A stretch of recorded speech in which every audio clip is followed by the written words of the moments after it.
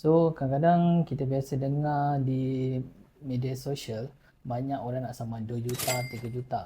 So adakah amount tersebut boleh kita dapat?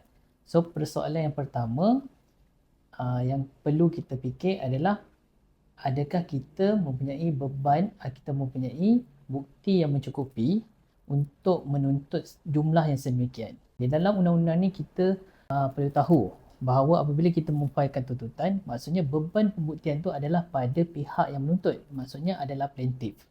Jadi contohnya bila plaintiff hendak menuntut jumlah 2 juta, plaintiff mempunyai bukti untuk membuktikan bahawa beliau berhak untuk mendapat 2 juta tersebut atas imbangan kebarangkalian. Kalau di dalam kes-kes yang berkaitan dengan kontrak yang mana ada jumlah atau amount yang jelas, di mana sekiranya berlaku apa-apa pelanggaran kontrak, boleh mendapat amount sedemikian. Tetapi bagaimana pula dengan kes yang berkaitan dengan tort, panggil sebagai kecuaian.